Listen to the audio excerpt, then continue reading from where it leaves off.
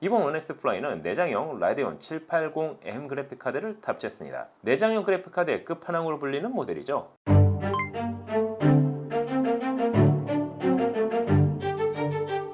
안녕하세요. 세상 신기한 그러면서 재미있는 테크 얘기 찾으셨습니다. 여기는 말방구 신음씨입니다. 오늘은 아주 정말 재미있는 제품을 준비해봤습니다. 지금까지 UMPC는 ROG Li 출시 전과 출시 후로 시장을 나눌 수 있었는데요. 그만큼 Li는 가격은 물론 성능에 이르기까지 파격적이었습니다. 하지만 AMD Ryzen 7 7000 시리즈를 품은 UMPC가 드디어 시장에 선을 보였습니다. ROG Li에 도전장을 내민 UMPC 1X 플라이는 과연 어느 정도 성능을 보여줄까요? 그리고 가격은 어느 정도일까요? 궁금하시죠? 그럼 지금부터 같이 한번 확인해 보시죠. 고고고!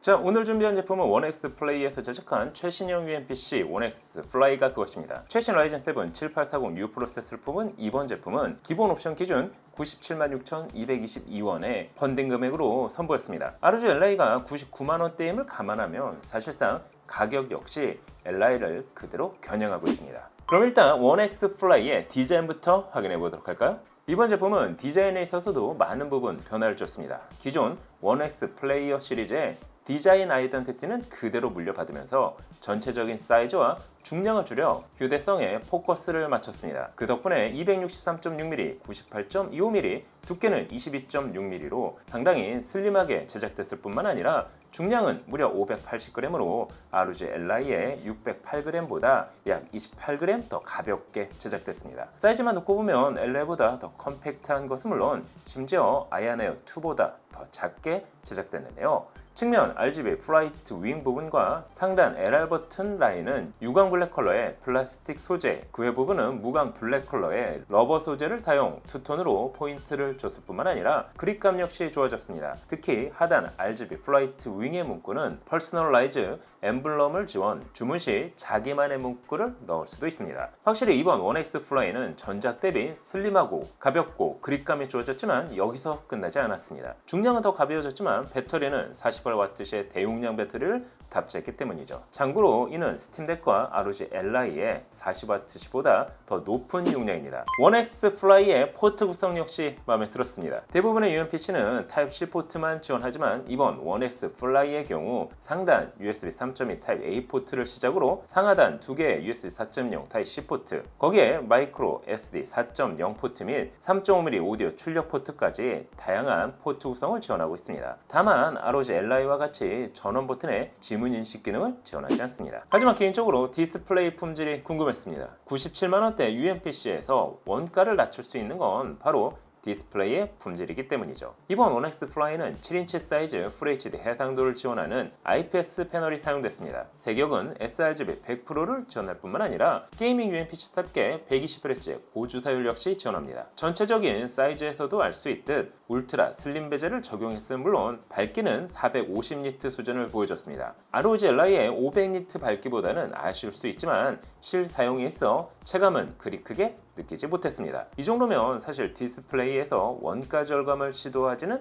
않았다고 해도 무방할 것 같습니다. 그럼 이제 정말 중요한 성능에 대해 이야기를 해볼까요? 1X 플라이는 8코어 16스레드 AMD Ryzen 7 7840U 프로세서를 품고 있습니다. 최대 부스터 클럭 5.1GHz를 지원하는 고사양 CPU, 거기에 7500MHz의 고클럭을 지원하는 LPDDR5X 16GB, 스토리지는 M.2 PCIe 4.0 512GB를 탑재해 빠른 읽기 쓰기 속도를 보여줬습니다. 실제 크리스탈 디스크 마크로 테스트를 해본 결과 읽기는 6958, 쓰기는 6330으로 ROG Li와 비교해 읽기 쓰기 속도 역시 더 빠른 속도를 보여줬습니다. 그런가요? 라이젠 7 7840U 프로세서의 성능은 어느 정도일까요? 그래서 대중적으로 사용되는 시네벤치 R23을 통해 성능을 테스트해봤습니다. 그 결과 멀티코어는 13157점, 싱글코어는 1690점을 보여줬습니다. 전작 1X 플레이어 6800U와 비교해보면 멀티코어는 약 25%, 싱글코어는 약 12% 정도 성능 향상을 보여줬습니다. 하지만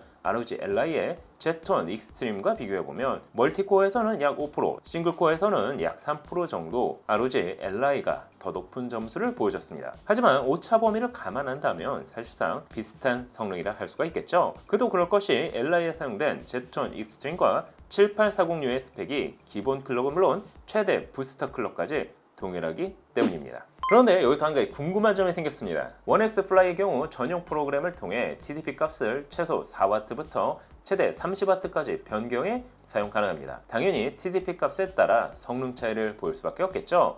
그래서 TDP 값에 따른 프로세서 연산 처리 성능을 테스트해봤습니다. 동일 프로그램으로 실험을 해본 결과 20W에서는 8296점, 15W에서는 6477점, 10W에서는 4299점을 보여줬습니다. 하지만 게임에서 중요한 건 아무래도 그래픽 성능 아닐까요? 이번 1X 플라이는 내장형 라데온 780M 그래픽카드를 탑재했습니다. 내장형 그래픽카드의 끝판왕으로 불리는 모델이죠. 그래서 다양한 테스트를 해봤습니다. 다이렉트X 11 기반의 파이어 스트라이크에서는 총점 7365점, 그래픽 점수는 7897점, 다이렉트X 12 기반의 타임스파이에서는 총점 3153점, 그래픽 점수는 2840점, 모바일 레이트레이싱 성능을 테스트하는 솔라바의 경우 그래픽 점수는 12098점, 프레임은 49.23프레임을 보여줬습니다. 역시나 내장형 그래픽 카드이지만 상당히 높은 성능을 보여줬습니다. 그럼 전작과 비교하면 어느 정도 성능 차이를 볼까요? 1X 플레이어 6800U의 라데온 680M을 동일한 프로그램으로 돌려봤습니다. 그 결과 다이렉트X 11 기반에서는 그래픽 성능이 있어 약 12%, 다이렉트X 12 기반에서는 약 19%, 모바일 레이트레이싱 성능에서는 약 25% 정도의 성능 차이를 보여줬습니다. 그럼 ROG Ellai와 비교하면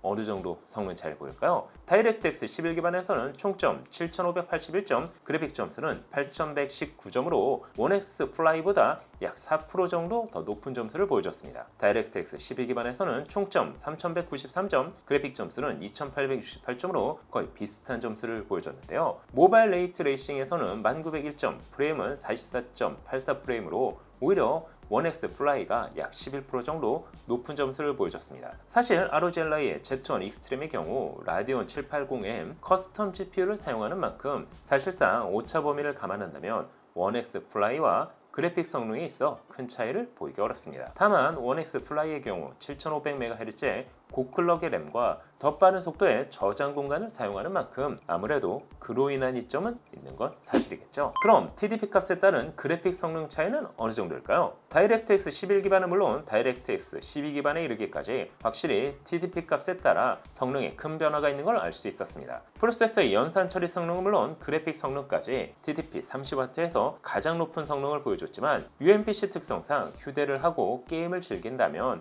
아무래도 최대 TDP 값에서는 배터리 소모를 감당하기 어렵겠죠. 따라서 저사양 게임을 즐긴다면 사실 10W 정도만 유지해주는 것도 괜찮은 방법이 될 것 같습니다. 그럼 실제 고사양 게임은 어느 정도로 들어갈까요? 노트북도 아닌 초소형 UMPC에서 다양한 게임을 돌려봤습니다.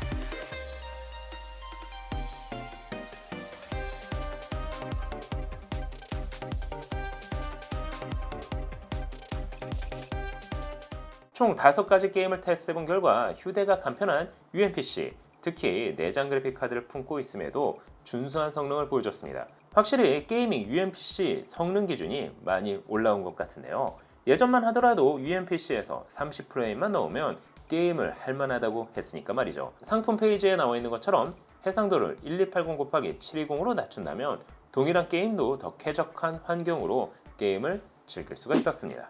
하지만 UMPC에서 성능만큼 중요한 건 바로 발열 관리입니다. UMPC의 경우 발열을 제어 못하면 성능은 물론 제품 고장에 원인이 되기도 하기 때문이죠. 그래서 시네벤치 R23 스로틀링 테스트를 10분간 돌려가며 온도 변화를 체크해봤습니다. 팬 속도는 맥스가 아닌 오토 모드에서 진행을 해본 결과 최소 57도, 평균 72도, 최대 78도 내외로 준수한 성능을 보여줬습니다. 당연히 스로틀링 현상 역시 찾아볼 수 없었습니다. 오토 모드에서 최대 99%의 팬 속도를 보여줬지만 소음 역시 크지 않았습니다. 게이밍 UMPC만큼 컨트롤러 구성도 확인을 해봤습니다. 제품 상단에는 L1, L2, R1, R2 버튼과 함께 기존에는 없던 프로그래밍 키를 추가했습니다. 격투 게임에서 어려운 필살기를 미리 등록해 사용할 수 있는 마치 치트키 같은 버튼이라 할 수 있습니다. 전면에는 제로 데드 존을 지원하는 좌우 스틱과 D패드, ABXY 버튼, 하단에는 키보드 버튼과 함께 터보 버튼을 지원하고 있습니다. 또한 스타트 버튼과 뒤로 가기 버튼, 그리고 게임 중 바탕화면으로 바로 나갈 수 있는 데스크탑 버튼 역시 그대로 지원합니다. 전체적인 사이즈가 컴팩트해진 만큼 컨트롤러는 콘솔 게임기 수준으로 한 걸음 더 다가간 느낌을 받을 수 있었습니다. 특히 조이스틱 하단에도 RGB를 넣은 건 역시 마음에 들었습니다. 하단에는 하만 오디오를 지원하는 스테레오 스피커를 탑재해 게임은 물론 영상을 시청하기에도 괜찮았습니다.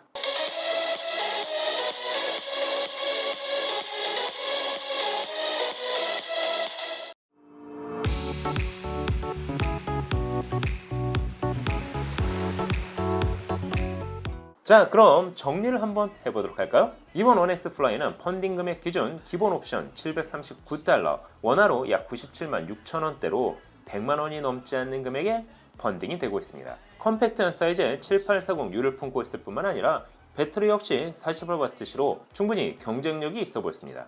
다만 6800U를 품은 UMPC 역시 여전히 현역으로 사용할 만큼의 성능을 보이고 있을 뿐만 아니라 ROG Ally 비교하면 사실상 성능의 우위를 가리기 어려운 만큼 고사양 UMPC를 보유하고 있는 사용자라면 기변할 필요를 느끼기 어려웠습니다.